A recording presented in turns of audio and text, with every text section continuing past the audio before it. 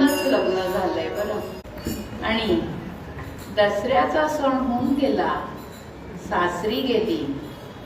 सासरी जाताना तिला तिच्या भावाने नेऊन सोडली आणि दिवाळीचं बोलवणं केलं. दोन्ही कामं होतील, दिवाळीला बोलवणे होईल.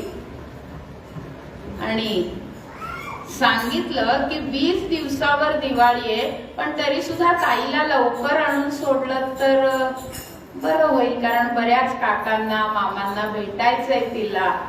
गावची माहेरवाशिणी आणि गावामध्ये तिच्या वडिलांना वजन खूप होतं. पूर्वीच्या लोकांना होतं बघा, गावची माहेरवाशिणी म्हणजे सगळ्यांचीच, म्हणजे एका घरातली माहेरवाशिणी म्हणजे सगळ्या गावचीच माहेरवाशिणी. सगळेजण तिला एकदा बोलवायचे. काही नाही तर वानवळा तरी घेऊन जा, काहीतरी द्यायचे. मुठभर चिंचा देतील, मुठभर हरभरे देतील, मुठभर ज्वारी, काय असेल ते देतील, पण मायेनी देतील. आणि 2 दिवस भाऊ राहिला आणि तिच्या सासरचं म्हणले ठीक आहे घेऊन जा. ती अजून तशी लहान आहे, पुढे परीक्षा पण आहे, परीक्षाही देते, अजून परीक्षा पण होईल आणि मग दिवाळीला न्यायला येऊ. आणि निघताना तिच्या भावाने सहज विचारलं की पाहुणे तुम्ही आलात सोडायला तर बरं होईल.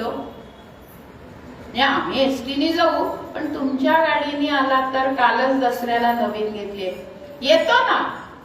नवीन गाडी आहे, पत्नीला माहेरी सोडायचंय, नवीन लग्न झालंय, काय फुल्ला चेहरा आणि मेवण्याने बोलवलंय, नाही कोण म्हणणार.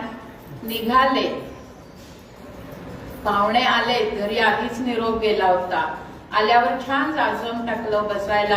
आल्या आल्या गुळ खोताने पाणी दिलं. पाहुणे घ्या. जाजमावर बसायचं हे असलं? मग आमच्याकडे सोफा आहे 40,000चा, त्याच्यावर आम्ही बसतो. समजून घ्या ना, पुढच्या दिवाळीला बघू. बर बसतो आता. काय पाहुणे म्हणून गेलोय, पाहुणे म्हणून राहावं, पण अहंकाराचा तोरा किती आहे बघा. अहंकार कशाचा? धनाचा. धन मद ज्ञान याचा तोरा आहे. ते पाण्यातलं तांब्या भांड्याने बाटली नाही तुमच्याकडे, बिस्लरीचं पाणी नसतं, आम्ही त्याशिवाय पाणी पित नाही. अहो विहिरीचं पाणी, आपल्या विहिरीचं चांगलं पाणी, बिस्लरीचं नाही का? आम्ही बिस्लरीचं पाणी पितो. पडती 20 रुपयाला बाटली, दिवसाला 30-40 बाटल्या लागतात, पण पैसे देतो आणि घेऊ. सद्गुरुनाथ महाराज की जय.